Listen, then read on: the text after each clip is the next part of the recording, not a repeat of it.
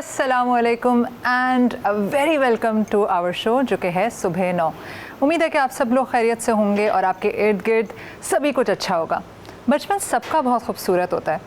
अगर मुझसे पूछें तो मुझे आज भी हर बात याद है अपनी while I was growing up. अगर मैं आपसे पूछूं कि आपकी बचपन की सबसे पसंदीदा मेमोरी क्या है तो आप क्या जवाब देंगे?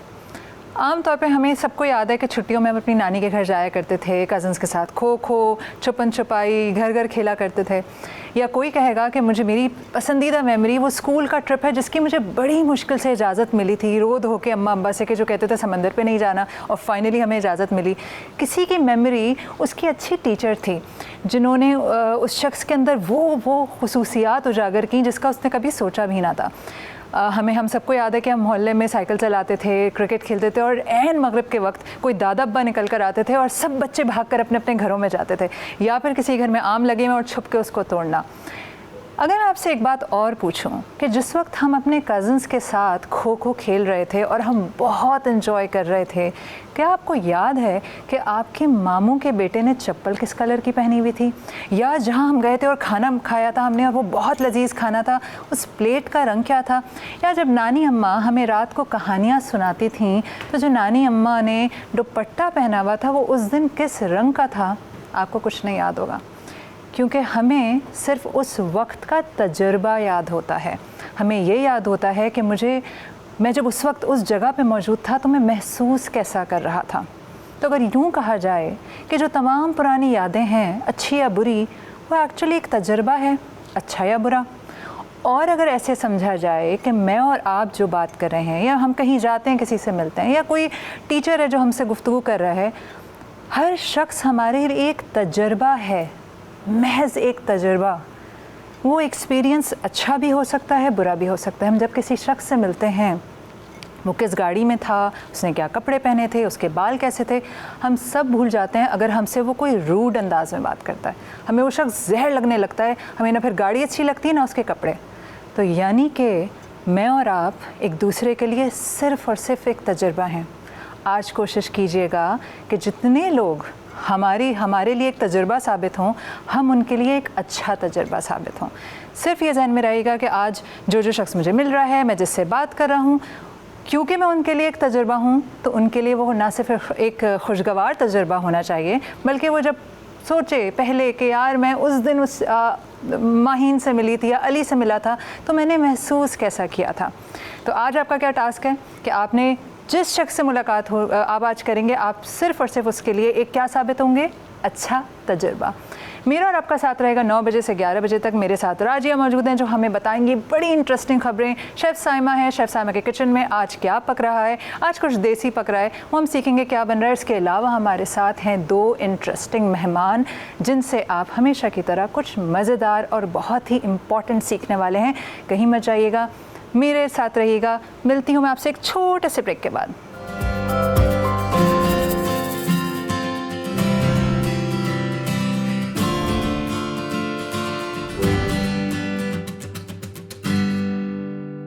Welcome back after the break. सुबह सुबह की चाय के साथ एक और चीज़ होती है जो कि बहुत ज़रूरी है, वो है ख़बरें। हमारे साथ मौजूद है राजिया, और राजिया के पास हैं कुछ इंटरेस्टिंग खबरें पूरी दुनिया भर से। तो राजिया बताइए आज क्या शेयर करने वाली हैं आप? बिल्कुल, सबसे पहले तो मैं पहली स्टोरी के साथ हम अपनी शुरुआत करते हैं। सेलिब्रिटीज़ के बारे में हम सब सर्च करते हैं, यकीनन मैं भी करती हूँ, आप भी करते होंगे। लेकिन क्या आपको पता है कि अक्सर सेलिब्रिटीज़ के बारे में सर्च करना आपके लिए ख़तरनाक भी साबित हो सकता है? बिल्कुल। कंप्यूटर सिक्योरिटी कंपनी मैकाफी ने ऑनलाइन सर्च करने वाले सेलिब्रिटीज़ की 10 ऐसी फहरिस्त जारी की है जिसमें कि आपके कंप्यूटर और आपका जो फ़ोन है वो वायरस का भी शिकार हो सकता है अगर आप उन सेलिब्रिटीज़ के बारे में सर्च करेंगे। इस फहरिस्त में 5 मर्द और 5 ख़वातीन शामिल हैं, जिनमें से अमरीकी गुलकार बैड बनी और अमरीकी अदाकारा जॉर्जिना भी शामिल हैं। जिन लोगों को भी नहीं पता होगा ना, उन्होंने भी अब जाके सर्च ज़रूर करेंगे कि ऐसा क्या है कि जिसकी वजह से हम खतरे में आ जाएंगे। बिल्कुल, इसी के साथ ही बढ़ते हैं हम अपनी अगली इंटरेस्टिंग स्टोरी की जानिब। समंदर में आपने अक्सर जहाज़ और कश्तियाँ तो तैरते हुए ज़रूर देखा होगा, लेकिन आपने कभी एक घर तैरता हुआ देखा है माविश? समंदर में? बिल्कुल नहीं। सोशल मीडिया पर एक वीडियो वायरल हो रही काफ़ी, जिसमें देखा जा सकता है कि एक घर समंदर के बीचों बीच तैरता हुआ नजर आ रहा है, जिस पर सार्फिन की जानिब से काफ़ी दिलचस्प तबसरे भी किए जा रहे हैं। कोई कह रहा है कि भूत रहता होगा इस घर में, कोई कह रहा है एक्वामैन रहता होगा इस घर में। काफ़ी इंटरेस्टिंग कॉमेंट्स हमें देखने को नजर आ रहे हैं। अच्छा, इसी के साथ ही बढ़ते हैं हम अपनी अगली स्टोरी की जानिब। भारतीय मीडिया अक्सर पाकिस्तान के बारे में खबरें तो शाया करता ही रहता है, जो कि अक्सर तस्दीक किए बगैर ही शाया हो जाती हैं। ऐसी एक खबर पिछले दिनों सोशल मीडिया पर शाया हुई उनके, जिसमें पाकिस्तानी सोशल मीडिया स्टार और अदाकारा दनानीर मुबीन की शादी की खबर, Really? आप बिलीव कर सकती हैं, उनकी शादी की खबर शाया कर दी, जिस पर अदाकारा को वजाहत देनी पड़ी कि वो तस्वीर तो दरअसल उनके एक ड्रामे के शूट का हिस्सा थी। इससे पता चलता है कि कितने ऑब्सेस्ड है वो हमारी अदाकाराओं से, मीडिया से। बिल्कुल। इसी के साथ ही हम अपनी आखिरी इंटरेस्टिंग स्टोरी की जानिब बढ़ते हैं और कहते हैं कि आर्टिस्ट लोग जो होते हैं वो अक्सर क्रिएटिव होते हैं, उनकी क्रिएटिविटी का लेवल नेक्स्ट होता है। लेकिन एक आर्टिस्ट अहमद अली सादिक अपनी पेंटिंग्स में ना तो वो पेंट का इस्तेमाल करते हैं और ना ही ब्रश का इस्तेमाल करते हैं। यकीनन आपके जहन में भी सवाल पैदा होगा कि आखिर किस चीज़ से बनाते हैं। वो कीलों से, लोहे की कीलो होती हैं जो महावश, उनसे वो अपनी पेंटिंग्स बनाते हैं। Can you believe that? और अपनी एक पेंटिंग को मुकम्मल करने में उन्हें 3 से 4 दिन लगते हैं। मतलब आम पेंटिंगों में मुकम्मल होने में कम से कम 1 हफ्ता दरकार होता है, लेकिन वो अपनी पेंटिंग्स 3 से 4 दिनों में मुकम्मल करते हैं, जिसके लिए वो 6 से 8 हज़ार किलो का इस्तेमाल करते हैं। Wow, that's very creative. अच्छा, दुनिया भर में तो बहुत क्रिएटिव लोग हैं, लेकिन नोइंग दैट के पाकिस्तान में ऐसा क्रिएटिव शख्स मौजूद है, ये एक थोड़ी हैरानकुन बात थी। थैंक यू सो मच राजिया, इतनी इंटरेस्टिंग खबरें देने का। और नाजरीन, हम आपसे मिलेंगे भी एक छोटे से ब्रेक के बाद, और ब्रेक के बाद हमारे साथ मौजूद हैं शेफ़ साइमा। शेफ़ साइमा आज क्या पका रही हैं किचन में, वो हम जानेंगे इस एक छोटे से ब्रेक के बाद। So stay tuned.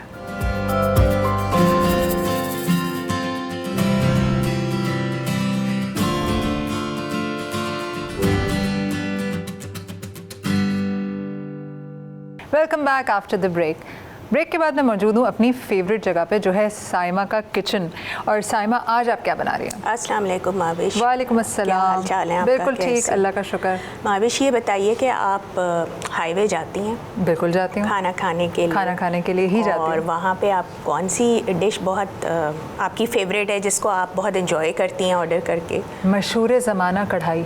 तो बस आज हम आपके लिए और नाजरीन के लिए चिकन कोयला कढ़ाई की रेसिपी लेकर आए हैं, और आज हम अपने प्रोग्राम में कोयला कढ़ाई सिखाएंगे। और उसका टेस्ट वैसे ही होगा जैसे हाईवे पे हम जाके इतनी लंबी ड्राइव के बाद जाके पैसे खर्च करके टेस्ट जो हासिल करते हैं, वैसे ही होगा? बिल्कुल, इंशाल्लाह पूरी कोशिश होगी कि उसी तरीके से बनाएं, और नाजरीन जब इसको घर में ट्राई करेंगे, हमें फ़ीडबैक देंगे, तो और अच्छे से अंदाज़ा हो जाएगा कि जो इतनी दूर हमें नहीं जाना पड़ेगा, और घर बैठे आपको बिल्कुल वैसी ही कोयला कढ़ाई का टेस्ट और आप घर में बैठ के उठा सकते हैं। ज़बरदस्त। तो फिर जल्दी से बगैर हमें इंतज़ार करवाए आप इंग्रेडिएंट्स बताइए क्या जाएगा? बिल्कुल, शुरू करते हैं। अच्छा, मैं आज आपको घर का होममेड कढ़ाई मसाला भी सिखाऊंगी, क्योंकि माविश जो एक कढ़ाई में खुश रंग शक्ल आती है ना, वो होममेड मसाले से ही आती है। सही। लेकिन अगर आप लोगों के पास होममेड मसाले की अवेलेबिलिटी नहीं है, तो आप बाज़ार का भी मसाला यूज़ कर सकते हैं। मगर फिर कलर में थोड़ा डिफरेंस होगा, ऑब्वियसली टेस्ट में भी डिफरेंस होगा। तो बताइए। तो सबसे पहले हम जो है चिकन ले लेते हैं। 1 kg चिकन है हमारे पास। फॉर 1 kg चिकन हम इसमें ½ kg टमाटर इस्तेमाल करेंगे। इसके अलावा हम लोग इसमें चॉप्ड जिंजर और गार्लिक का इस्तेमाल करेंगे। थोड़ी सी हरी मिर्चें जाएंगी, हल्दी जाएगी, काली मिर्च जाएगी, 1 टेबलस्पून जिंजर गार्लिक पेस्ट का भी हम इसमें इस्तेमाल करेंगे। इसके अलावा ऊपर आखिर में बिल्कुल हम गरम मसाले का इस्तेमाल करेंगे। जब हम डिश आउट करने लगेंगे तो हम गरम मसाला डालेंगे। और होममेड कढ़ाई मसाले की भी मैं रेसिपी देती चलूँ यहाँ पर। आपने इसके लिए 2 टेबलस्पून के बराबर साबुत लाल मिर्चें ले लेनी है, 1 टेबलस्पून ज़ीरा ले लेना है, 1 टेबलस्पून ही आपने साबुत धनिया ले लेना है, 1 टीस्पून के बराबर आपने ड्राई मेथी ले लेनी है, जो मेथी मिलती है बाज़ार में ड्राई।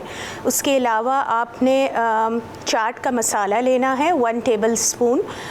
इसके अलावा यहाँ पे खटाई पाउडर रखा है, जी खटाई पाउडर, ये भी आपने 1 टीस्पून ले लेना है। और इन सब को ड्राई रोस्ट करके, इन सारे मसालों को जो मैंने आपको अलग से बताए हैं, ड्राई रोस्ट करके आपने इसको पाउडर फॉर्म में पीस लेना है। ठीक है। और इसको अब हम फिर आगे जो भी मेथड है उसमें इस्तेमाल करेंगे। ये आपका कढ़ाई मसाला रेडी है। आप इसको एयर टाइट कंटेनर में भर के रख लीजिए और मेरा ख्याल है ये 2 से 3 बार कढ़ाई में इस्तेमाल होगा, ये इनफ अच्छा, और है। एयर टाइट करके हम फ्रिज में अगर रख दें तो नहीं, ज़्यादा? आप फ्रिज में भी आप रख सकते हैं, अगर एयर टाइट है तो अच्छा रहेगा, मसला नहीं है, लेकिन आप नॉर्मल अपने शेल्फ्स में भी रख सकते हैं। And it will be as good as कढ़ाई का मसाला जो हम बाजार से नहीं, खरीदते हैं। कढ़ाई के मसाले से कई ज़्यादा अच्छा होगा। जब चलें, आप खाएंगे तो उसका डिफरेंट टेस्ट ही आपको पता चलेगा कि ये कितना अच्छा है। चलें शुरू करें preparation। बिल्कुल, हम शुरू करते हैं। अच्छा जी, सबसे पहले माविश हम इसमें अदरक लहसुन डालेंगे। ऑयल हमारा गरम है, प्री हीट कर लिया था मैंने ऑयल को पहले से ही। चमचा चलाना, इसमें आपको चकटा इसमें कुछ डाल दीजिए ना, ये तो बहुत उड़ा, चिकन डाल दीजिए इसमें। आई थिंक ये काफ़ी गर्म हो गया। अब ओवर टू यू साइमा, आप क्या करना है? जी माविश, अभी हम इसको थोड़ा सा फ्राई करेंगे ताकि आपको मैं दूसरा चमचा दूँ या ये ठीक है? ये वाला हम चम्मच ले लेंगे। अच्छा ठीक है। अच्छा, इस पॉइंट पे हमने चिकन को बहुत अच्छा सा फ्राई कर लेना है और तेज़ आंच पे फ्राई करना है। आपने देखा होगा कि जो कढ़ाई बना रहे होते हैं, अगर आपने प्रोसीजर देखा हो तो वो लोग काफ़ी हाई फ्लेम पे बनाते हैं। अच्छा, वो हाई फ्लेम की वजह भी जान लीजिए। हाई फ्लेम की वजह ये है कि जितने भी जूसेस छोड़ती है चिकन, वो उसी में इन्फ्यूज़ हो जाएं, ठीक है ना। तो जब हम हाई फ्लेम पे इसको कुक करेंगे तो ड्राई नहीं होगी और लॉक हो जाएंगे बिल्कुल।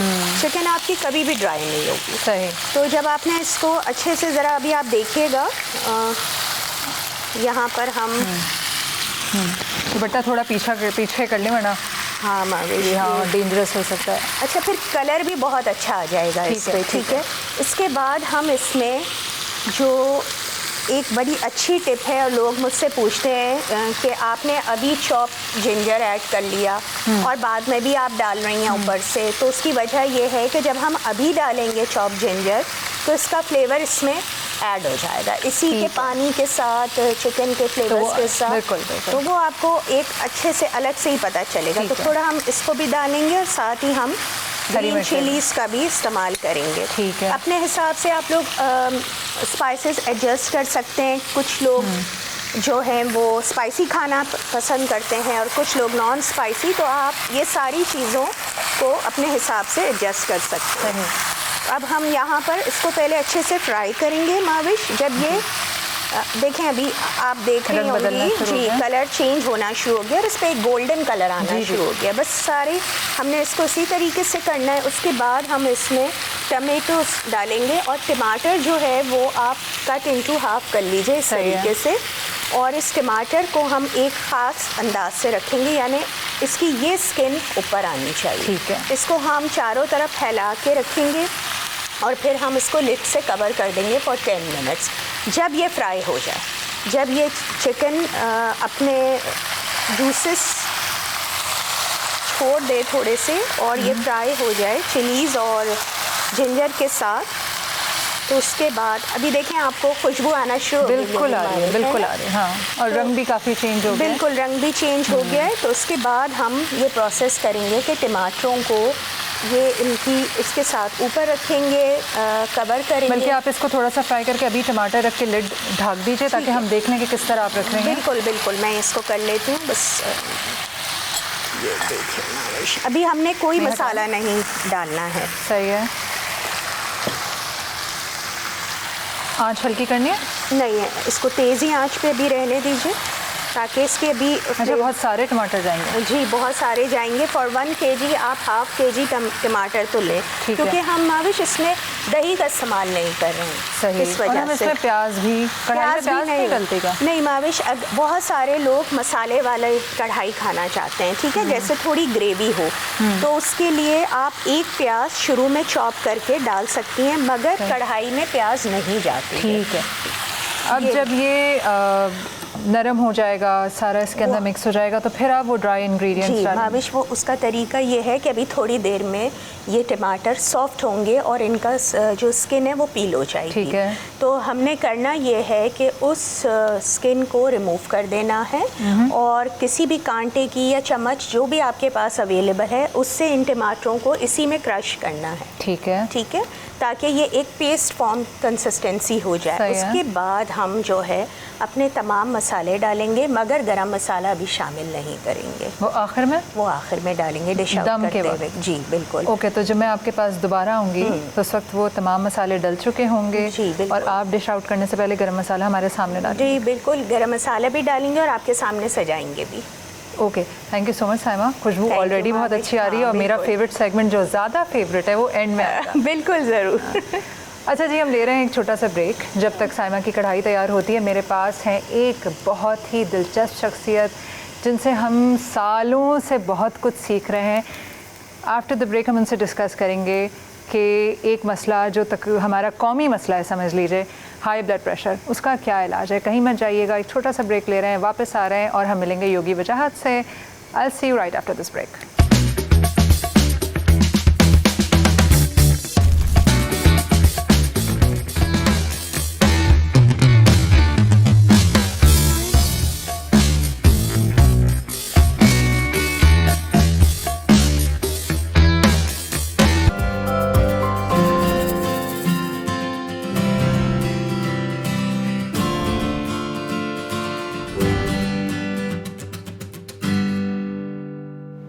Welcome back after the break. Break से पहले साइमा के साथ हम सीख रहे थे कि हाईवे की जो कोयला कढ़ाई है जिसके लिए हम बहुत लंबी ड्राइव करके जाते हैं, वो घर में कैसे बनाई जाए।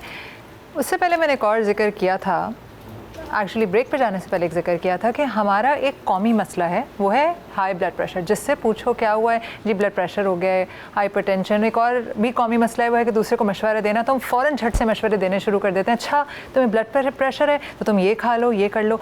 तो हमने सोचा कि आज एक एक्सपर्ट को बुलाया जाए जो हमें ये बताए कि जो ब्लड प्रेशर है क्या वो इतनी आसान सी बीमारी है कि कोई भी खाला पुप्पी ताई आपको आके मशवरा दे तो आप उस पर अमल करने लग जाएँ, या उसको सीरियस लिया जाए। और ऐसा क्या करें कि हमारा जो ब्लड प्रेशर आसमान पे जा रहा है वो थोड़ा नॉर्मलाइज हो जाए। तो वेलकम करते हैं प्रोग्राम में योगी वजाहत को। थैंक यू सो मच आपके आने का। क्या हाल चाल है? अल्लाह का बड़ा। अच्छा, अभी जैसे मैंने कहा कि जिससे पूछें उसको हाइपरटेंशन है, जिससे पूछें उसको ब्लड प्रेशर है। कभी कभी नहीं भी होता। तो जिस तरह दो बीमारियां हैं हमारी कौमी, एक डिप्रेशन, मुझे बहुत डिप्रेशन हो रहा है, और दूसरा है मुझे ब्लड प्रेशर का मसला है। तो पहले तो ये बताएं कि ये ब्लड प्रेशर होता क्यों है? अल्लाह सुब्हान तआला ने इंसानी जिस्म को जिस तरह तख्लीक किया है उसमें मुख्तलिफ सिस्टम हैं। सांस लेने का अलग है, सोचने का अलग है, खाने पीने का अलग, डाइजेस्टिव सिस्टम अलग है। इस तरह इसी तरह दौरान खून के लिए अल्लाह ताला ने एक पंप बनाया है और उसको उन्हीं ट्रैकों से गुजरना है जहाँ से वो जाएगा। हमारा इंसानी जिस्म चलता ही जब है जब उसमें दौरान खून मौजूद है। अगर वो रोक दिया जाए, ख़त्म कर दिया जाए, इंसानी जिस्म नहीं चलता। आसान अल्फाज में मैं कह रहा हूँ। देखिए, एक खून ले जाने की नस है तो एक आने की। अगर हम उसको मेडिकल टर्म्स में बात करेंगे तो वेंस और आर्टरीज़ के ऊपर उलझ जाएंगे। मैं अपनी ज़बान में ही इसको बात करना पसंद करूँगा। अब खून को जाने के लिए एक किसी भी चीज़ को किसी जगह से मुंतकिल होने के लिए एक ख़ास एनर्जी की ज़रूरत पड़ती है, एक ख़ास दबाव की, एक ख़ास प्रेशर की ज़रूरत पड़ती है। अगर वो ट्यूब में से जा रहा है, अगर चल के जा रहा है तो ख़त्म की होगी। अब क्योंकि खून को ट्यूब में से जाना है तो एक ख़ास दिल की धड़कन होगी जो उसको पंप करेगी। एट द सेम टाइम वो सक भी कर रही है। तो इस तरह दो प्रेशर हमारी बॉडी पे कायम होते हैं, एक दिल से खून को ले जाने का और दूसरा खून का दिल में आने का। अब दोनों के मेडिकल टर्म्स में अलग अलग हैं, हम उस पर फिर नहीं जाएंगे।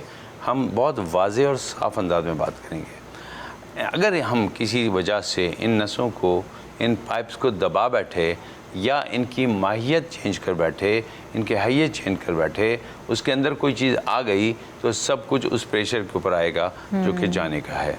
अब उस मशीन को या तो ज़्यादा पंप करना पड़ेगा या ज़्यादा खींचना पड़ेगा ताकि वो अपने फंक्शन को सही कर सके।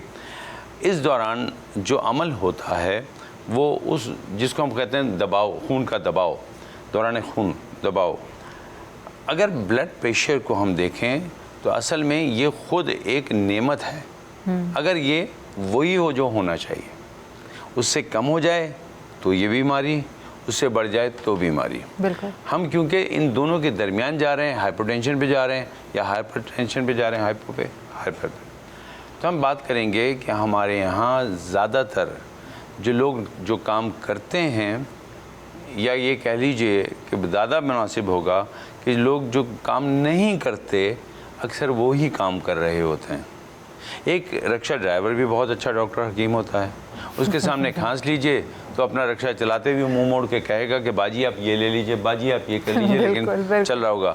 गाड़ी चलाते हुए कोई दोस्त भी बड़ी मज़े से आपको बता सकता है कि दिल के दौरा पड़ जाए तो क्या करना है। इसीलिए उमन बात नहीं करनी चाहिए ड्राइविंग में। हर आदमी यहाँ हकीम बना हुआ है, हर आदमी यहाँ सब डॉक्टर हैं। मुझे तो हैरत होती है, और जब आपने कहा ना कि इस पे कुछ बात करें, फुप्पो का जिक्र आया, अल्लाह सबकी फुप्पों को सलामत रखे, लेकिन वो एक करेक्टर भी फुप्पा है ना। तो अक्सर लोगों को मैंने देखा है, अक्सर फुप्पों को, ये फुप्पा और फुप्पियों को देखा है, अगर नाराज़ ना हो जाएं वो, मुझे लग रहा है आप पे कुछ है, असर तो है। अब ये अजीब व गरीब फुप्पो हैं जिनको असर नज़र तो आता है लेकिन दूर करना नहीं आता।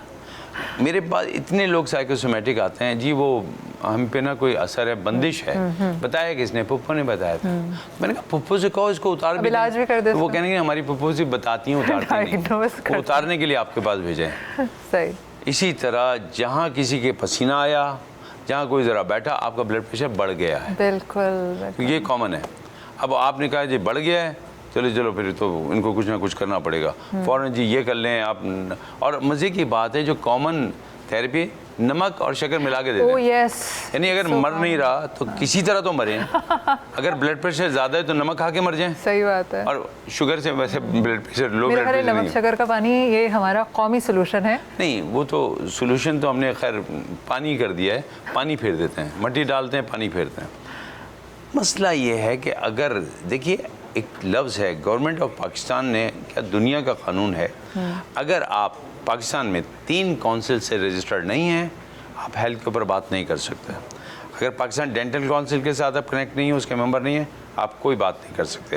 अगर आप पाकिस्तान मेडिकल एसोसिएशन के साथ कनेक्ट नहीं है, आप नहीं बात कर सकते। अगर आप पाकिस्तान होम्योपैथिक काउंसिल के साथ कनेक्टेड नहीं है, आप कोई बात नहीं करते। हिकमत भी उसमें आती है और भी चीज़ें आती हैं। यहाँ मसला ये कि वाहिद मुल्क है, यहाँ अताई डॉक्टर इतने हैं, इतने हैं कि डॉक्टर कम पड़ जाते हैं। सही बात है। अब ये जो बता रहा है, इसने टेस्ट किया है, इसने कोई आपका ब्लड प्रेशर चेक किया है, लेकिन उसको पता है कि आपको ब्लड प्रेशर हाई है। क्यों? आपको पसीना आ रहा है। अरे भाई, पसीना और भी वजूहत से आ सकता है, गर्म कपड़े पहन लिए थे, गर्मी ज़्यादा हो गई थी। नहीं तो मुझे तो नहीं आ रहा ना, मुझे तो नहीं आ रहा, आपको आ रहा है तो आपको ब्लड प्रेशर है। आपका चेहरा लाल लाल सा लग रहा है, आपको ब्लड प्रेशर है। हो सकता है आपने मेकअप किया, राइट? बिल्कुल बिल्कुल, ठीक है ना। तो पहली तो बात ये कर लीजिए, वो जो फुप्पा और फुप्पो हैं ना, उनकी बात सुनना बंद कर दीजिए। 2 तरीके से तशख़ीस होती है। मैं आपका मशकूर हूँ कि आप मुझे आयुर्वेदिक की वो एक जो टर्मिनोलॉजी है उसको डिफ़ाइन करने का मौका दे रहे हैं। आयुर्वेद या वैद ये मानता है, गो कि मैं होम्योपैथिक डॉक्टर हूँ और मैं उसी पे ऊपर बात कर सकता हूँ। बड़ी खूबसूरत लाइन है जी, जिस्म में किसी चीज़ का बढ़ जाना या जिस्म से किसी चीज़ का कम हो जाना असल में बीमारी है। सिंपल डेफिनेशन है। और दूसरी डेफिनेशन क्या है?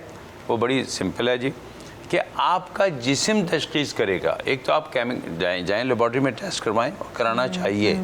मेरी गुफ्तगू का पूरा गुफ्तगू जो पैकेज है वो किसी डॉक्टर की रिप्लेसमेंट नहीं है, ठीक है, मुतालिका डॉक्टर की रिप्लेसमेंट नहीं है। आपको जीपी के पास जाना है, ठीक है, आपको होम्योपैथिक डॉक्टर के पास जाना है। तो ऐसा मुमकिन नहीं है कि उसके बगैर आप ये मेरी गुफ्तगू पे तो मैं भी फिर फुप्पा बन जाऊँगा। तो ना सुनिएगा, ऐसी बात है।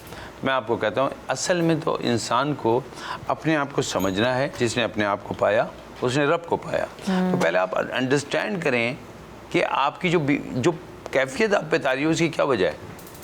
तो बड़ी सिंपल सी बात है। हमने कहा जी मैं बहुत चल के आया हूँ, बहुत दूर गाड़ी पार्क की है, इसलिए मुझे पसीना आ रहा है। उनकी बात पे अमल ना करें कि जी आपको पसीना आ रहा है, आपको ब्लड प्रेशर आई है, ठीक है। वो तो एसी में बैठे थे या बैठी थी और आप पसीने में आए, तो पहले आप कहेंगे जी मुझे तो कोई प्रॉब्लम नहीं हुई। नहीं, वो मैं बता देती हूँ, मेरा काम ही यही है यहाँ ऑफिस में बैठ के बताना। डायग्नोस करना। जी, डायग्नोस करती है। तो जो आता है उसको मैं ही डायग्नोस करती हूँ कि आपको ये मसला तो है। तो उनको जो मसला है वो डायग्नोस नहीं हो पा रहा, इसलिए वो जॉब पे हैं। वरना ज़हनी अमराज के मरीज़ों को हटा देना चाहिए। ऑफिस में एक आध पीस ऐसा होता है। तो मैं समझता हूँ सबसे पहले तो आप ये देखिए, क्या नॉर्मली आपने 1 हफ्ते के अंदर या 1 महीने में अपना ब्लड प्रेशर चेक कराया है, या आपके घर में फैमिली के अंदर ये मौजूद है तो हम कह सकते क्योंकि हैं जेनेटिक भी होता है। जी हाँ, हो सकता है। लेकिन इसके लिए कुछ चीज़ें हैं। देखिए, इसके लिए एज, इसके लिए इन्वायरमेंट, इसके लिए आपका जो एक्टिविटी उस आप कर रहे हैं उससे भी ये चीज़ें बढ़ सकती हैं। अगर आप दौड़ रहे हैं तो यकीनन आपका ब्लड प्रेशर हाई होगा, क्योंकि दिल को तेज़ी से जिस्म को सही। खून पहुंचाना है। लेकिन वो ब्लड प्रेशर की बीमारी नहीं है। सही। अगर आप सो रहे हैं और आपका ब्लड प्रेशर लो हो रहा है तो वो उसकी रिक्वायरमेंट है एनवायरनमेंट की, उस वक्त कि ब्लड प्रेशर एक्टिविटी की है, वो लो तो वो लो ब्लड प्रेशर नहीं है। एक छोटी सी और बात, जैसे आपका सेडेंटरी लाइफस्टाइल है, आप कुछ नहीं करते, या फिर जेनेटिक हो गया, या आपने मोटापा बहुत है आपके ऊपर। अच्छा रात भाई, अगर मैं घर पे बैठी हूँ, चले मैंने डायग्नोज नहीं किया और मुझे अचानक मैंने चेक किया और ब्लड प्रेशर हाई था, तो क्या योगा में कोई ऐसी एक्सरसाइज है तो वो अगर आप हमें बताएं। ना सिर्फ घर की बात है, घर में तो पहली फुर्सत में तो ये कीजिए, अगर आपको लगता है और आपने चेक कर लिया तो कुछ ना कीजिए, आप जो भी घर के बड़े हैं उनको कॉल करें, उनसे कहें जी फौरी तौर पर डॉक्टर को, जीपी के पास जाएं, ठीक है। जनरल प्रैक्टिशनर के पास जाना चाहिए, नॉर्मल भी 1 महीने में जाना चाहिए, ठीक है। और बच्चों को भी डेंटिस्ट के पास लेके जाना चाहिए। वो सही पीरियड सही। हमारे जिस्म में अल्लाह सुब्हानहू तआला ने हरारत का एक सिस्टम रखा है, ठीक है। और ये हरारत का सिस्टम जो है ये हमारे लिए ज़रूरी है। इसको आप चाहें तो आत्मा का सिस्टम या रूह का मामला समझ सकते हैं, लेकिन मेडिकल साइंस में हम इसको कहते हैं बॉडी हीट टेम्परेचर। ठीक है। ये बॉडी टेम्परेचर जो है एक मखसूस नंबर है, और वो नंबर अगर लो हो जाए तो बीमार हो जाएंगे, हमारे लिए प्रॉब्लम हो जाएगी, और हाई हो जाए तो हमारे लिए प्रॉब्लम हो जाएगी। अब योग इसको कैसे बताता है? बिल्कुल सिंपल। वो कहता है कि जी आपकी जो नाक की 2 नथने हैं, इसमें जो राइट साइड है ये सूर्य नाड़ी है, यानी ये सूरज का ट्रैक है। सही। यहाँ से जो हवा अंदर जाएगी वो हमारे जिस्म को गर्म कर देगी। ठीक है। लेफ्ट साइड जो है ये चंद्रा नाड़ी है, यानी चांद की ट्रैक है, मून ट्रैक है। यहाँ से जो हवा जाएगी वो कूल कर देगी। ठीक है। लिहाजा इंसानी जिस्म में हर 7 से 5 मिनट बाद, अब 3 मिनट भी, ये जो हमारा कैविटी है ना, ये चेंज होती रहती है, यानी ये थोड़ी सी इधर हो जाएगी, थोड़ी सी इधर हो जाएगी, और ये इसकी एडजस्टमेंट हमारा जो 98.6 टेम्परेचर है उसको मेंटेन करेगी। अब हमने देखा कि ब्लड प्रेशर भाई हो गया, हमारे अंदर गर्मी हो रही है, तो फौरी तौर पर हमने राइट नोस्ट्रल बंद किया, लेफ्ट नोस्ट्रल से सांस ली और दोनों से निकाल दी। अच्छा, राइट बंद किया, लेफ्ट से सांस ली और दोनों से निकाल दी। थोड़ी देर में, क्योंकि कूलिंग एरिया आपने इफेक्ट कर दिया है, तो ब्लड प्रेशर लो होने लगेगा। इसका बरक्स है, लो ब्लड प्रेशर है, तो हमने लेफ्ट को बंद किया, राइट से हीट को क्रिएट किया। अब यही समझ नहीं आ रहा, पुप्पो ने ये तो कहा है कि ब्लड प्रेशर है, लेकिन वो एहतियातन नहीं बता रही कि आपको लो है कि हाई है।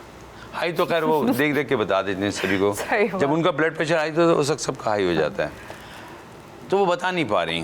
तो अगर ऐसी पुप्पो से या पुप्पा से मिल के आप आए हैं तो फिर आपको भी पता नहीं चलेगा कि लो है हाई, और तो लेकिन बेहतर है कि चेक करना। कैफियत आपकी थोड़ी सी बदल रही है, आप थके हुए गिरे जा रहे हैं, आप घबराहट हो रहे हैं, आप बेचैनी बढ़ रही है, दिल चाह रहा है इस कमरे से बाहर निकल जाऊं, तो आपने ऑल्टरनेट नोस्ट्रल ब्रीदिंग करनी है। ठीक है। मुतबादिल तर्ज तनफ्फुस, सकील उर्दू है, ज़बरदस्त। मुतबादिल तर्ज तनफ्फुस। तो आपने इस तरह रखा, सांस ली, इसको बंद किया, दूसरे को खोला, निकाल दी, फिर यहाँ से सांस ली, इसको बंद किया और यहाँ से निकाल दी। और ये कितनी देर और कैसे करना तक कि आप है मैं settle बता नहीं देता हूँ। होता यह है सिंपल तरीका। ठीक है। बंद करनी थी नाक, लेकिन एक होती है चुचलाइजेशन, किसी भी चीज़ को ज़रा थोड़ा सा ड्रामाटाइज करना। मैंने उसके लिए एक वर्ड बनाया चुचलाइजेशन। चुचले होते हैं ना, तो उसको ज़रा इंग्लिश में मॉडर्नाइज किया, चुचलाइजेशन। अब मैं इसकी चुचलाइजेशन करता हूँ, ये महंगी हो जाएगी। तो मैंने हाथ को इस तरह बैंड किया, इसका प्याला बनाया, बल्कि मैं इस तरह आ जाता हूँ।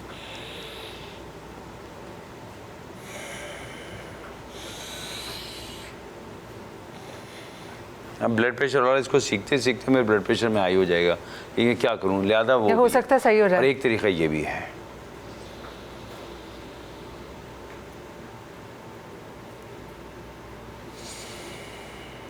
कुछ नहीं करें, जल्दी जल्दी सांस, एक नथना बंद करें, खोलें, ठीक है, सही। ये करें। अगर ये पता है कि मेरा ब्लड प्रेशर हाई होता है तो योगा में एक शैताली है।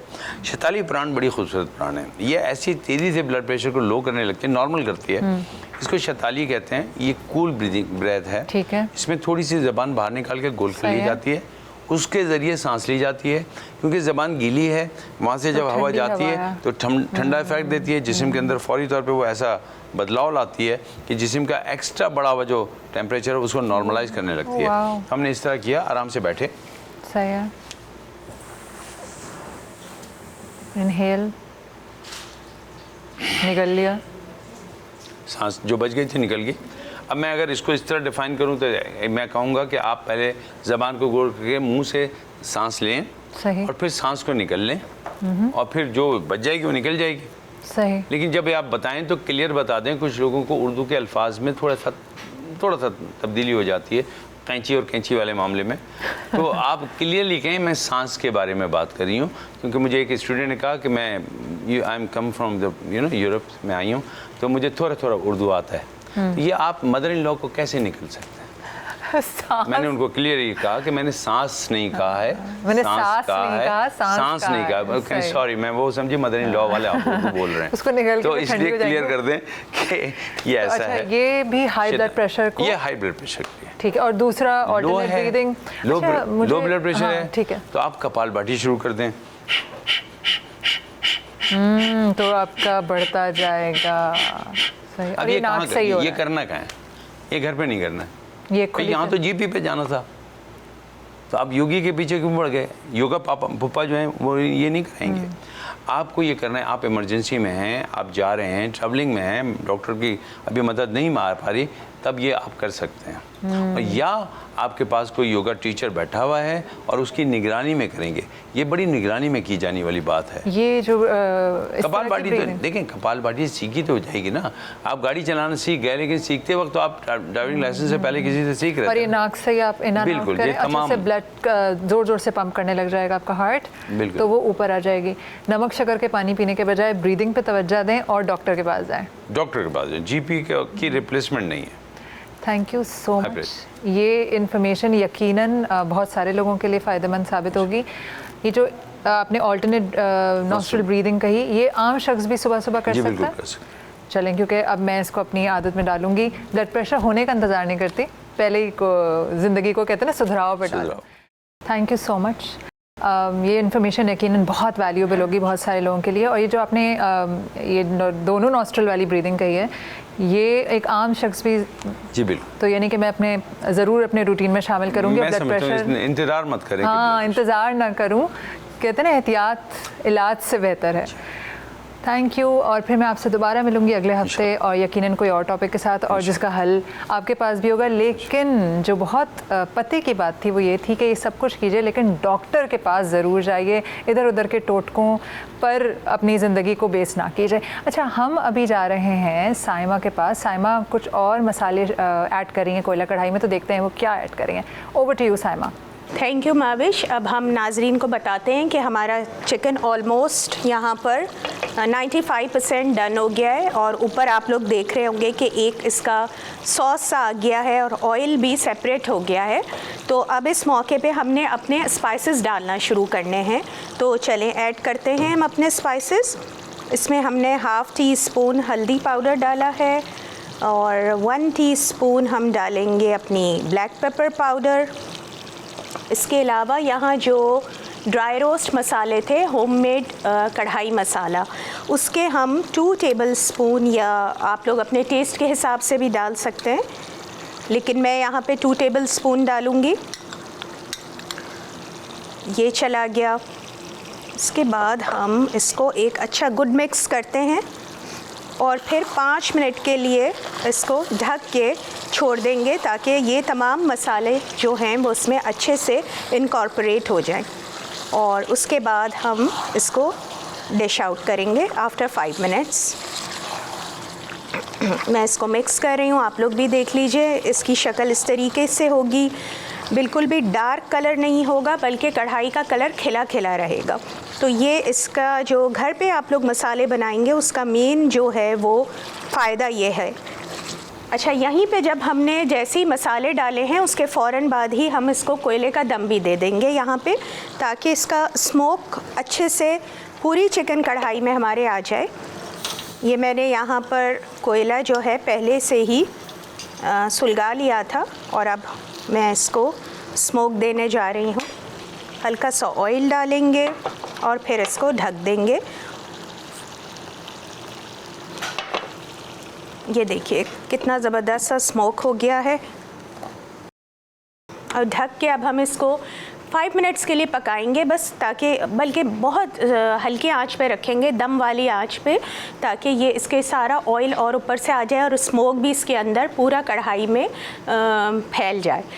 तो चलें फिर हम 5 मिनट के बाद आपसे मिलते हैं। माविश जी, ये जो कोयले की एक ख़ास अरोमा है, ये इतना इश्तिहा अंगेज़ है कि दिल चाहता है फ़ौरन खा लो, बड़ी इनवाइटिंग हो जाती है वो dish.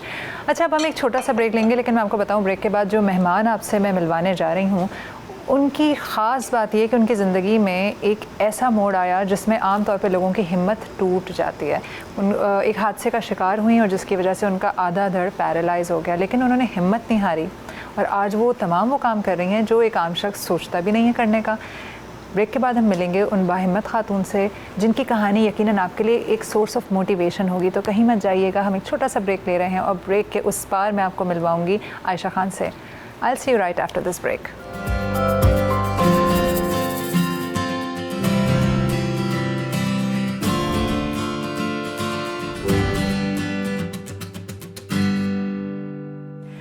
Welcome back after the break. Break पे जाने से पहले मैंने आपको बताया था कि जो हमारी अगली मेहमान है वो यकीनन उनकी कहानी हम सब लोगों के लिए एक सोर्स ऑफ इंस्पिरेशन और मोटिवेशन होगी। उनकी ज़िंदगी में कुछ ऐसी मुश्किल आई जो कि हम सोचते भी नहीं हैं, या अगर हम अपने इर्द गिर्द किसी को देखते हैं तो हम सोचते हैं यार इसने कैसे कोप अप किया या ये कैसे अपनी ज़िंदगी गुजार रहा है। मेरे साथ मौजूद हैं आयशा खान। आयशा खान के साथ क्या हुआ और उन्होंने अपनी ज़िंदगी को आगे कैसे बढ़ाया, उन्हीं से जानते हैं। Thank you so much Ayesha Khan for being with us and welcome to the show. अस्सलाम वालेकुम, थैंक यू सो मच, आपने मुझे इनवाइट किया और मौका दिया कि मैं कुछ लोगों को अपनी स्टोरी सुनाऊं और कुछ मोटिवेट कर सकूं। आई होप सो, मेरा यही मकसद होता है। चलो गुड। अच्छा आयशा, ये बताइए कि पहले तो ये बताएं कि आप आजकल क्या कर रही हैं। अच्छा, आजकल एज ए मोटिवेशनल स्पीकर मैं मुख्तलिफ़ इवेंट्स पे जाती हूँ, जैसे कोई सेमिनार्स हैं या कोई अवार्ड्स के हैं, मैं अपनी स्पीच देती हूँ जस्ट जाके। ज़्यादातर ख़वातीन के ही इवेंट्स होते हैं, हालांकि जो इंस्पिरेशनल स्टोरी होती है वो मर्द औरत का कोई इतना फ़र्क नहीं पड़ता। बात तो इंसान की होती है कि एक जो पर्सन है उसकी क्या मोटिवेशन है। उसके अलावा जो है मैंने अपने गाने बनाए हैं 2 और उसी म्यूज़िक लाइन मुझे पसंद है और मुझे लगता है मैं आगे फ्यूचर में इसी के बारे में कुछ करूँगी। एक वन अदर देन मैं रेडियो के साथ एक काम कर रही हूँ एज ए आरजे। तो वाह, तो आप सिंगर हैं, मोटिवेशनल स्पीकर हैं और आरजे हैं। अच्छा आयशा, मुझे ये बताइए कि हुआ क्या था।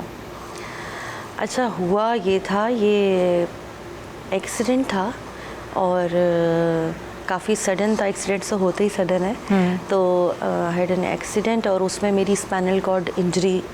आप ड्राइव कर रही थी? नहीं, मैं ड्राइव नहीं कर रही थी। I fall from a height.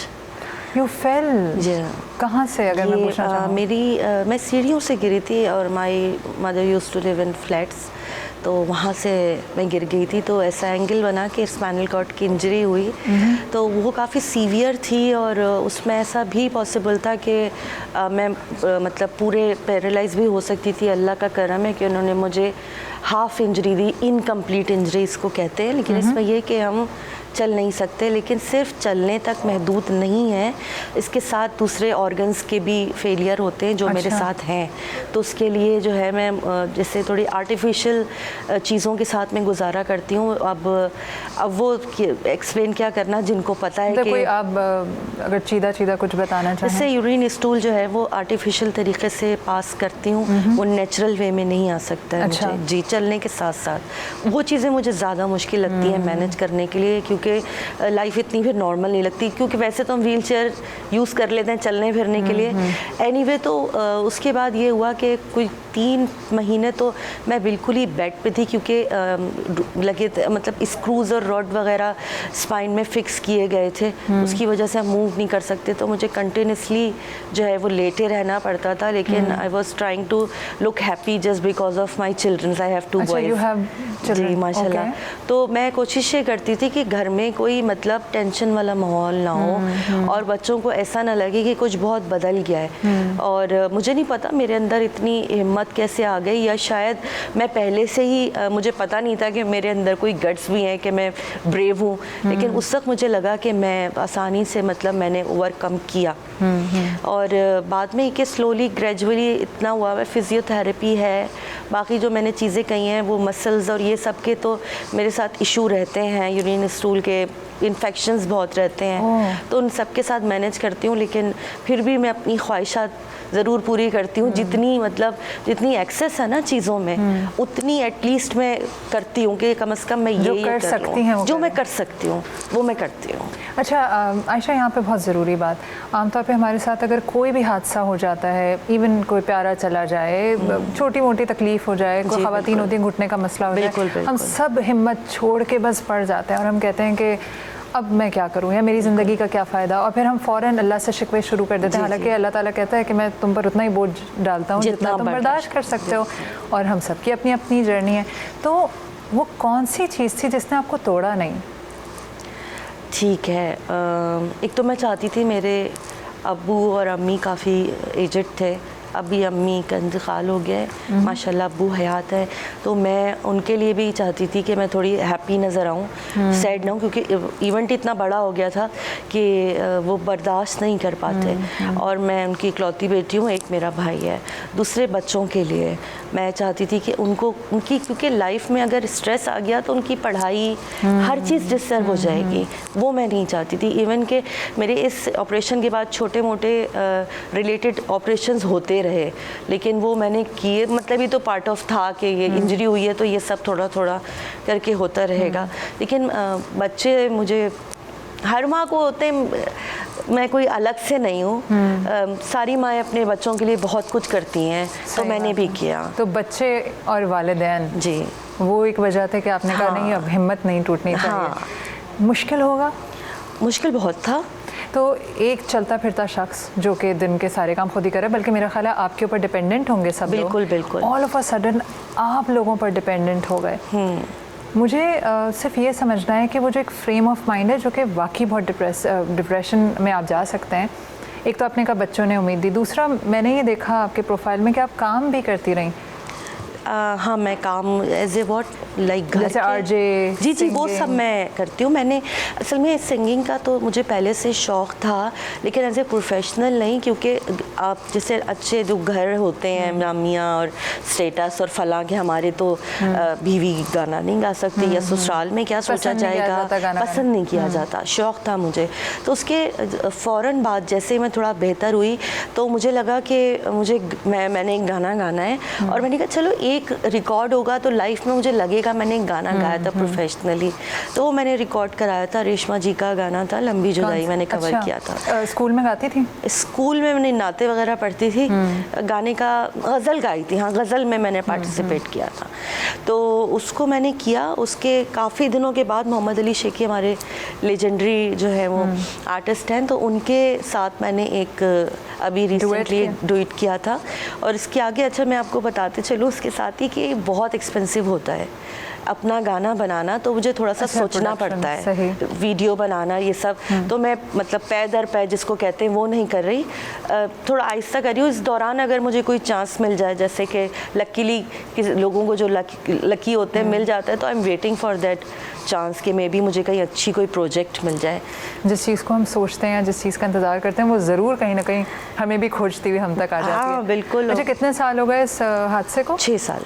और 6 साल में एक रिकवरी, मगर आपकी रिकवरी है, बहुत स्लो है, लेकिन बहरहाल है। बेड से आके और मैं वॉकर पे अब चल लेती हूँ। घर में बहुत ज़्यादा वॉक नहीं कर पाती क्योंकि मैं थक जाती हूँ, तो लेकिन मैं फिजियोथेरेपी में वॉक करना सीखती हूँ वो मुसलसल मेंटेनेंस भी एक चीज़ होती है। एक्चुअली रिकवरी भी ना एक वक्त पे आके रुक जाती है, अच्छा। फिर उसे मेंटेन करना होता है। अगर मेंटेन नहीं करें तो वो पीछे चले जाते हैं। तो इससे कंटिन्यूस अगर मेरी रिकवरी इतनी हो गई है कि मैं वॉकर पे चल रही हूँ, तो ये अब इससे बहुत ज़्यादा आगे नहीं जाएगी कि हम सही है, मुझे पता है, लेकिन उसकी मेंटेनेंस के लिए मैं फिर लगी रहती हूँ। और मैं आपको अपने बारे में बताऊँ, मैं बहुत ज़्यादा बोल रही हूँ कि शुरू से ना ऐसा था कि मैं ना गिव अप नहीं करती चीज़ों में, चाहे कोई कुर्ता ही क्यों ना ख़रीदना होता था मुझे, अगर वो इस शहर के किसी आउटलेट में नहीं है तो मैं पाकिस्तान के हर आउटलेट पे ढूंढती थी। हाँ, और ये जो रेजिलियंस थी वो यहाँ काम आई।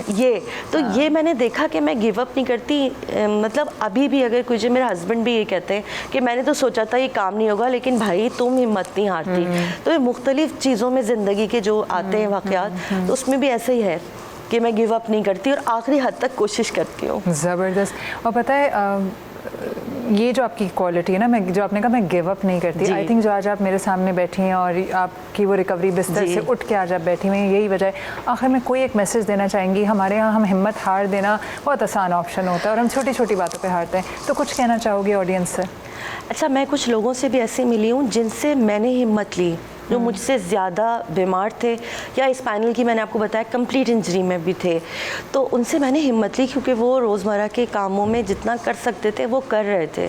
तो ऐसे में अपने बारे में बता के ये कहना चाहूँगी कि एक वक्त आपके ऊपर बुरा आया है, चाहे वो इंजरी है, बीमारी है, या जॉब का प्रॉब्लम है, या दूसरे ज़िंदगी के मसाइल हैं, उनमें से आपको देखिए अच्छा वक्त आता है, जैसे कि बुरे वक्त से गुजर के बेहतर टाइम आता है, फिर बुरा आता है, अच्छा बुरे आते रहते हैं। तो उसमें आप ना खुश रहें, अपने आप को राज़ी करें कि अब ये वक्त तो आ गया है, इसमें से आप हंस के गुजरें या आप रो के गुजारेंगे ना आप, तो वो बहुत टफ लगेगा। अगर आप उससे मतलब एक्सेप्ट कर लेंगे कि ये ऐसा ही है, तो आप उसमें थोड़ा रिलैक्स होके गुजारेंगे तो वो ज़्यादा बेहतर तरीके से गुजर जाएगा। तो मेरा यही कहना है कि एक तो गिव अप नहीं करें ज़िंदगी में। अल्लाह पाक वही, जैसे आपने कहा था कि उतनी ही तकलीफ़ देता है जितनी आप बर्दाश्त कर सकते हैं, तो आप ये समझें कि ये आप बर्दाश्त कर पाएंगे, दूसरे अल्लाह उसके बदले अजर बहुत देता है। अगर आप अपने जहन में रखें कोई चीज़ आपसे ली है ना, तो या तो ज़िंदगी में या मरने के बाद उसका अजर आपको ज़रूर मिलना है। बिल्कुल। ज़िंदगी में आपने गिव अप नहीं करना है। अपने साथ जो लोग हैं, मैंने उनके लिए भी टफ़ टाइम नहीं बनाया, जैसे कि वो तीमारदारी कर रहे थे ना मेरी, तो अगर मैं उनको और ज़्यादा इंटेंस वो कि मैं बहुत परेशान हूँ, मुझे एंग्जाइटी, तो वो भी कहते हैं कि अब क्या मतलब है, मरीज़ भी देख रहे हैं, फिर उनकी आप टेंशन भी दूर कर रहे हैं, तो फिर आपको थोड़ा ख्याल रखना पड़ता है। खुश रहें और उम्मीद से रहें, आसान रास्ते होंगे, और हमेशा जो है वो अच्छी सोच रखें, पॉजिटिव सोच रखें जिस भी हालत में। Thank you so much Ayesha. एक तो आपने बहुत ही कमाल बात कही कि एक तो आसान, दूसरों की ज़िंदगी आसान बनाएं, वरना हमें ऐसा लगता है हम बीमार हैं तो एंटाइटल्ड हैं कि सब हमें बेचारे में भुगते हैं। देखें, बिल्कुल ऐसे नहीं। तो बहुत शुक्रिया हमारे साथ होने का, अपनी कहानी शेयर करने का। आई एम श्योर वो बहुत सारे लोगों के लिए एक उम्मीद, इंस्पिरेशन और मोटिवेशन का सोर्स साबित होगी। जिस तरह आपने इनकी कहानी सुनी, मुझे खुद एहसास होता है कि हम अपनी छोटी छोटी तकलीफ़ों को बहुत बड़ा बनाकर देखते हैं और हमें ऐसा लगता है कि बस मेरे ही साथ बुरा हो रहा है। किसी भी तकलीफ़ में पहले तो आप उन लोगों को देखिए जो हमसे ज़्यादा तकलीफ़ में, और अल्लाह का शुक्र अदा करें कि मुझ पे जो मुश्किल वक्त आया है, मैं शायद अल्लाह ताला इसके बदले में मुझे कुछ बहुत अच्छा देने वाला है। तो हमेशा खैर की उम्मीद रखें। एक छोटे से ब्रेक पे जाते हैं। ब्रेक के बाद हम देखेंगे कि शेफ़ साइमा की कोयला कढ़ाई कहाँ तक पहुँची। कहीं मत जाइएगा, stay with us, we'll be right back.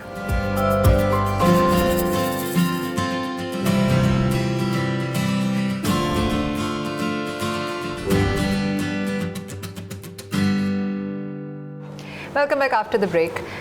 Break पे जाने से पहले जो आयशा की आपने कहानी सुनी, यकीनन आप सबके लिए वो एक सोर्स ऑफ मोटिवेशन होगी। मैंने तो बहुत कुछ सीखा, और शायद अब मैं अपनी छोटी छोटी परेशानियों को लेकर रोने धोने के बजाय सिर्फ ये सोचूंगी, जब आयशा ने इतना सब कुछ से गुजर के भी हिम्मत नहीं हारी, तो फिर मुझ में क्या कमी है। अब मैं हूँ किचन में मौजूद और साइमा की कोयला कढ़ाई तकरीबन तैयार है। साइमा, क्या हो रहा है? बस माविश, अब मैंने इसको जो है, देखें आप यहाँ पे कोयले का दम लगा दिया है, और इसकी खुशबू आप अभी यहाँ पर आराम से महसूस कर सकते हैं। कह रही है कि अब मुझे खाओ जी। तो अब हम इसको पहले डिश आउट करेंगे और फिर खाने की तरफ चलेंगे। तो मैं इसको डिश आउट करती हूँ। अच्छा, और आपने गरम नाज़रीन को मसाला दिखा बचाया हुआ देते है? हैं। जी माविश, इसको अभी हम पहले डिश आउट करेंगे और फिर ऊपर से गरम मसाला डालेंगे, क्योंकि गरम मसाला अगर आप ज़्यादा देर डाल के रखें ना तो चीज़ें ज़रा करवाहट की तरफ हो जाती हैं, इसलिए इसको अच्छा। स्प्रिंकल के लिए ही ख़ास रखा जाता है। गरम मसाला डाल के हम अवॉइड करते हैं चीज़ों को कुक करना। अच्छा, ये एक अच्छी टिप है, क्योंकि अक्सर लोग गरम मसाला डाल देते हैं खाना पकाते वक्त। नहीं, वो फिर उससे एक तो उसका ना कलर भी काला हो जाता है, आपने सही। देखा होगा डार्क कलर हो जी, जाता जी। है। काला तो कहना गलत बात होगी, लेकिन जो है वो अगर आप उसको ऊपर से डालेंगी ना तो उस गरम मसाले की खासियत ये है कि वो खुशबू के लिए यूज़ होता है। इसको थोड़ा सा अगर आप ऐसे कर लें तो आपके लिए आसानी हो जाएगी। बिल्कुल सही।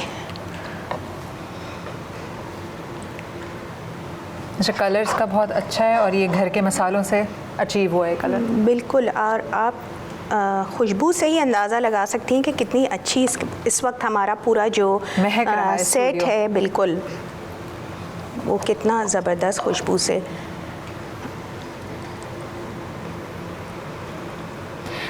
अच्छा, ये जो कढ़ाई होती है इसके साथ अगर कोई रोटी पसंद नहीं करता तो बघारे चावल का कॉम्बिनेशन है? नहीं, अगर रोटी नहीं पसंद करता तो वो चम्मच कांटे से खा ले नहीं, वरना मैं ये सोच रही थी कि जैसे बघारे चावल का एक हाँ आप कर सकते हैं, मगर इसका जो असल लुत्फ़ है वो नान, शीरमाल, घर की चपाती उसी से है। वैसे ये खाई इन्हीं चीज़ों के साथ जाती है, सही। लेकिन चावलों के साथ मैंने कभी ट्राई नहीं किया, और अगर आप ट्राई करें तो आप ज़रूर मुझे भी बताएं इसको ट्राई करके कि ये कैसी लग रही है। अच्छा माविश, आप ये देखिए कि हमने अच्छा खासा मसाला तैयार कर लिया। ऐसा नहीं है कि इसमें मसाला नहीं है या जी, ये जी, सूखी बिल्कुल, हुई है, बिल्कुल, बिल्कुल। ठीक है ना। तो उसकी वजह यह है कि हमने इसमें टमाटरों का इस्तेमाल अच्छा खासा किया है। सही। तो अब हम अपना गरम मसाला इसमें स्प्रिंकल करते हैं, बहुत हल्का सा डालना अच्छा, है। एक चुटकी जिसे कहते हैं। बिल्कुल एक चुटकी, इससे ज़्यादा डालने की ज़रूरत नहीं है। ठीक है। और फिर हम इसको डेकोरेट करते हैं बहुत ही ज़बरदस्त। अच्छा सा। अच्छा साइमा, ये जो कढ़ाई है ये इंडिया पाकिस्तान की वो है, ईजाद है? माविश, जहाँ तक मेरी नॉलेज है तो ये कढ़ाई पेशावर की ख़ास सौगात डिश है। है, सौगात है। और वहाँ पर तो जो है ये खालिस लैम्प कढ़ाई जो वहाँ कहलाती है, और वो लोग चर्बी में पकाते हैं, उसकी तो बात ही कुछ और होती है। सही और बात है। बहुत लेस स्पाइसेस होते हैं। ये तो यहाँ पे जब ये कराची में आई ये डिश तो ये इतनी इवॉल्व हो गई कि अगर आप हाईवे आप गई हुई हैं और जो लोग जो रेस्टोरेंट्स ख़ास कढ़ाई सर्व करते हैं उनके पास लिस्ट में कढ़ाई ही उनकी इतनी सारे नाम हैं कि हम खुद परेशान हो जाते किसमें हैं से कौन सी पिक करें? कौन सी पिक करें। बलोची कढ़ाई, तिक्का कढ़ाई, पेशावरी कढ़ाई बहुत ज़्यादा फेमस है। कोयला कढ़ाई अब इतनी फेमस हो गई क्योंकि जी, वहाँ वो बिल्कुल। कोयले में पकाई जाती है। तो आज हमने नाजरीन की ये शिकायत भी दूर कर दी कि घर बैठे हम कोयला कढ़ाई का कैसे लुत्फ़ उठा सकते हैं। ये देखिए रेस्टोरेंट वाली कढ़ाई का कैसे? रेस्टोरेंट वाली, और वाकई में जब आप ट्राई करेंगे ना तो आप ख़ुद बोलेंगे कि अब हमने रेस्टोरेंट जाके ये नहीं खानी है। और चलिए अब हम इसको सर्व करते हैं अपने नान और शीरमाल के साथ, आफ्तान के साथ यहाँ पे। सर, मैं आपकी क्या पर्सनल प्रेफरेंस है? आपको ताफ्तान ज़्यादा अच्छे लगते हैं या फिर मुझे शीरमाल बहुत पसंद है क्योंकि वो मीठा होता है, और मैं हमेशा से नमकीन को मीठे के साथ मिलाकर खाने में मुझे बड़ा मज़ा आता है। तो जर्दे बिरयानी में जर्दा मिला कर? नहीं, बिरयानी में ज़र्दा नहीं, लेकिन मैं जो मेरे बच्चे या मेरे जो फैमिली वाले हैं वो अक्सर मुझे देखते हैं, अगर मुझे आप हलवा पूरी दे दें तो हलवा पूरी की जो तरकारी होती है उसके अंदर मैं अपना हलवा मिक्स करके खाती हूँ, मुझे बहुत मज़ा आता है, वो बहुत ही लजीज लगता है। इसके अलावा मुझे थोड़ा सा खानों में मिठास पसंद है, मुझे अच्छी लगती है। तो ये है। आप बताइए माविश, आपकी वैसे क्या पसंदीदा डिश है? मैं पसंदीदा एक तो खाने हम हर वो जानना चीज़ चाहेंगे। मुझे पसंद है जो मैंने ना पकाई हो, जिसके लिए मुझे किचन में ना जाना पड़े। अच्छा। लेकिन मुझे एक्चुअली मैं मिर्चें नहीं खाती, बिल्कुल भी मिर्चें नहीं खाती। सही। तो मुझे हर वो खाना जैसे मलाई टिक्का, मलाई बोटी, क्या चाहिए डिश? ठीक है। हर वो खाना जिसमें मिर्च ना हो मुझे बहुत पसंद है। और आपको वैसे ही बता दिया कि मेरे अच्छे की डेफिनेशन सिर्फ ये है कि उसके लिए मुझे किचन में जाने की जहमत ना करनी पड़े। चलिए मैं विश ये मैं तो हर चीज़ फिर खा लेती हूँ। लेकिन आपको ये रेसिपी ट्राई करने की ज़रूरत है, आप ज़रूर घर में ट्राई करें। यकीनन आप भी जो हैं वो जब इसको ट्राई करेंगी ना तो आपको अंदाज़ा होगा कि हम यहाँ पे जो हैं जितनी भी बात कर रहे हैं वो कितनी खालिस है। अच्छा, एक और अच्छी बात मुझे लगी, आपने कढ़ाई मसाले को वो करके घर पे बनाना सिखा दिया, क्योंकि मेरे साथ ये जैसे मैंने कहा कि मैं मिर्चें नहीं खाती, तो अब अगर बाजार से कढ़ाई मसाला लो तो उसमें तो एक सर्टेन मिर्च है, हाँ, वो तो आपको डालनी पड़ेगी। बिल्कुल। तो अपने घर के मसालों में आप अपनी मिर्च मर्ज़ी को से कंट्रोल adjustment कर सकते हैं, मिर्च को, नमक को। और एक चीज़ मैं आपको और बता दूं, नाजरीन को भी बता दूं कि अगर आपने इसको मज़ीद, जैसे आपने लाल मिर्च, हमने साबुत लाल मिर्च का इस्तेमाल किया इसके मसाला पीसते वक्त, तो अगर किसी को ज़्यादा मिर्ची लगती है तो वो साबुत लाल मिर्च की जगह कश्मीरी लाल मिर्च आती है बड़ी वाली, उसका कलर अच्छा आ बस जाएगा और उसको तेज़ी आप नहीं। ड्राई रोस्ट करके उसको आप मसाले में पीस लें, तो ठीक वो है। आपकी मिर्ची वाली जो प्रॉब्लम है वो भी सॉल्व हो जाएगी। ज़बरदस्त ज़बरदस्त। साइमा, ये बहुत इनवाइटिंग लग रही है, और बीच में जो आपने गुलाब का फूल बना दिया है उसकी वजह से तो ये ज़्यादा बड़ा शाही किस्म का लग रहा है। इंशाल्लाह बस ये हम अपनी डिश को फिनिशिंग की तरफ लेके चलते हैं, ठीक है। और यहाँ आप लोग नाजरीन को दिखा सकते हैं कि हमने इसको तो ये हो कैसे गया डेकोरेट किया complete। है। हमेशा प्लीज़ जी, जी, बिल्कुल। दीजिएगा, ये भी वहाँ रखते हैं। जी माविश, ये देखिए अब हमारा पूरा जो खाना है ना वो वो ज़बरदस्त से तैयार हो गया है और नाजरीन के लिए पेश खिदमत है। ज़बरदस्त। Thank you so much Saima, Thank you, हमेशा की माविश। तरह एक लजीज डिश बनाने का, और कल फिर इंशाल्लाह हम हाजिर होंगे एक इंशाल्लाह। नई रेसिपी के साथ। बिल्कुल, ऐसे ही। और आज मैंने फिर आपकी जो रेसिपीज़ की ख़ास बात है कि उसमें किचन में बहुत लंबा खड़ा नहीं होना पड़ता। बिल्कुल। ये भी एक झटपट कढ़ाई थी। बिल्कुल, बिल्कुल। और टेस्ट करके फिर मैं आपको ज़रूर फीडबैक बिल्कुल दूंगी। ज़रूर, अभी हम लोग टेस्टिंग की तरफ जाते हैं और नाज़रीन को बताते हैं कि मैं टेस्ट करूँ? बिल्कुल श्योर। एक छोटा सा पीस, आई होप कि इसमें बहुत ज़्यादा मिर्च ना हो। या मसाला टेस्ट कर लूँ? मसाला टेस्ट कर लीजिए, गोश्त के साथ ट्राई कीजिए।